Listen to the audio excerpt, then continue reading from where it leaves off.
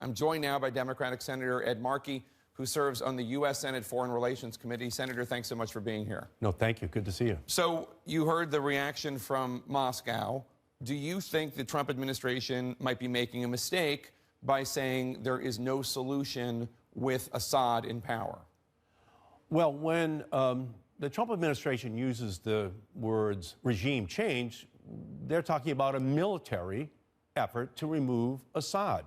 And that would mean putting American young men and women on the ground in battlefield conditions in order to accomplish that goal. So that would require ultimately a congressional approval, because that would be a step of incredible magnitude that would be breaking with the policy that we've had thus far. Well, you're saying that by Nikki Haley saying that they don't see any sort of political solution where Assad is in charge, that they are essentially saying they will push for regime change, and you think that that would mean more ground troops, U.S. ground troops, because there are a few hundred in there right now. Absolutely. That's what regime change means. It means doing in Syria what we did in Iraq in removing Saddam Hussein. I don't think there's any appetite in the United States for a massive additional military presence with young men and women actually in combat situations being introduced. Instead,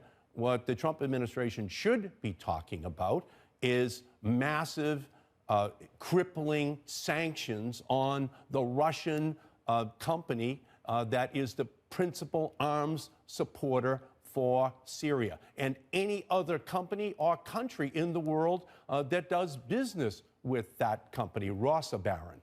That's where it should begin. And then the discussion should go to, one, that the Russians honor their commitment to remove all chemical weapons from Syria. They have not done that yet. Secondly, that they implement the ceasefire that they negotiated with Iran and Turkey inside of Syria. That has not been honored. That there be an agreement that humanitarian aid can be distributed throughout Syria.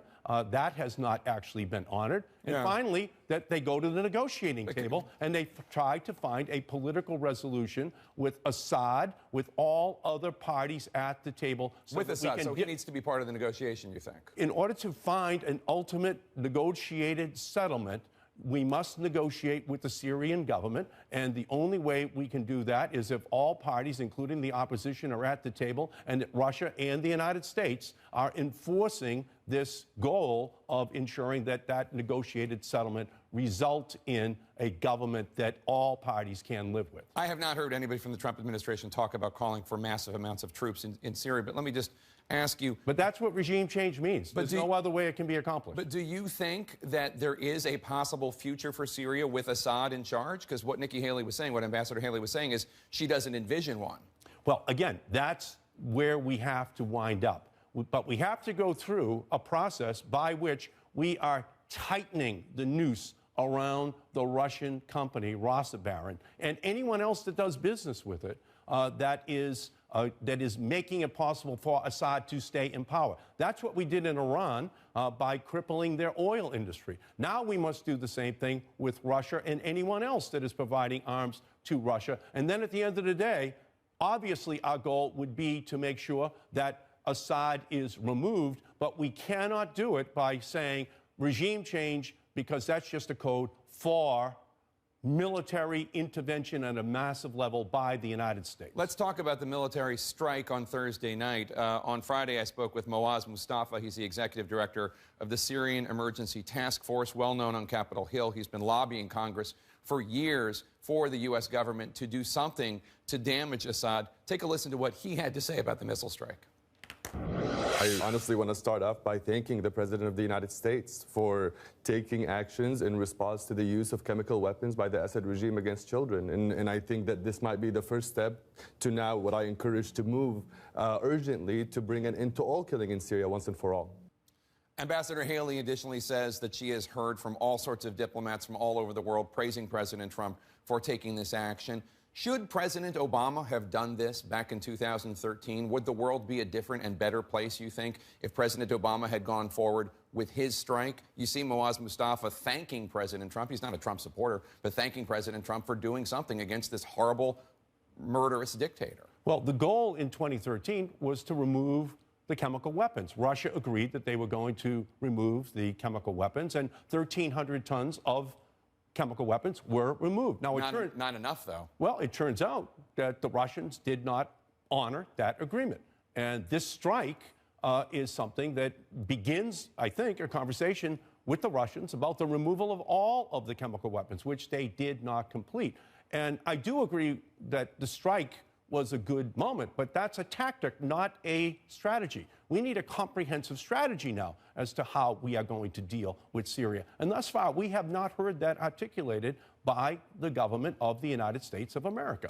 Congresswoman Tulsi Gabbard, Democrat from Hawaii, is against the strike. She's warning that Trump's intervention in Syria could lead to a nuclear war with Russia. She wrote, quote, "This escalation is short-sighted and will lead to more dead civilians, more refugees, the strengthening of al-Qaeda and other terrorists, and a possible nuclear war between the United States and Russia." Is that a concern, do you think? Well, I think that the greater fear is that we just create another Iraq, that we put ourselves into another civil war between Shiites and Sunnis. We did it in Iraq. That's the real problem that we would have if we escalated our military involvement inside of Syria, and we would be trying to replace the Shia with the Sunnis, and we did just the opposite in Iraq, where we replaced the Sunnis with the Shia. So if we do that, I'm not saying that it leads to a nuclear war. I don't think it would, but I do think it would lead to a quagmire for the United States for a generation that we would regret, especially if we did it before we had a comprehensive debate on the floor of the United States and House and Senate that gave Trump permission to go. I would not vote to allow him to do it, but the least the American people would be entitled to is that full debate. I want to ask you about North Korea. During the campaign, President Trump said he would be willing to talk to North Korean dictator Kim Jong-un. Take a listen. One of the papers called the other day, and they said, "Would you speak to the leader of North Korea?" I said, absolutely. Why not? Why not? There's a 10% or a 20% chance that I can talk him out of those damn nukes, because who the hell wants him to have nukes? And there's a chance. Direct negotiation with North Korea by the president would obviously be a significant departure from not just Obama policy, but American policy for decades. Do you support it if it were a possibility? I think the win-win with China would be this, that we say to China, if you tighten dramatically the sanctions on North Korea, that the United States will have direct talks with the North Koreans. I think that is the best formula to finally get the kinds of results that we're looking for. Otherwise, we're going to see continued escalation of ballistic missile tests, of nuclear weapons inside of that country, and the additional kind of stories coming out of Washington this past week that the United States is actually developing some plans for the killing of Kim or for deploying nuclear weapons inside of South Korea. That would lead to an escalation of tension that could lead to accidental nuclear war on the Korean Peninsula. But I'm going to register that as a yes, direct talks. But if China agrees to the sanctions, if China tightens the sanctions, direct talks with and the United States. they're the principal country that can accomplish that goal, Sure. then I believe the United States should engage in direct talks with Kim. That's going to be the best way to lower this bubbling, boiling cauldron of controversy that is spinning very quickly out of control. All right, Senator Ed Markey, Democrat of Massachusetts. Great to have you here. Thank you so much. Appreciate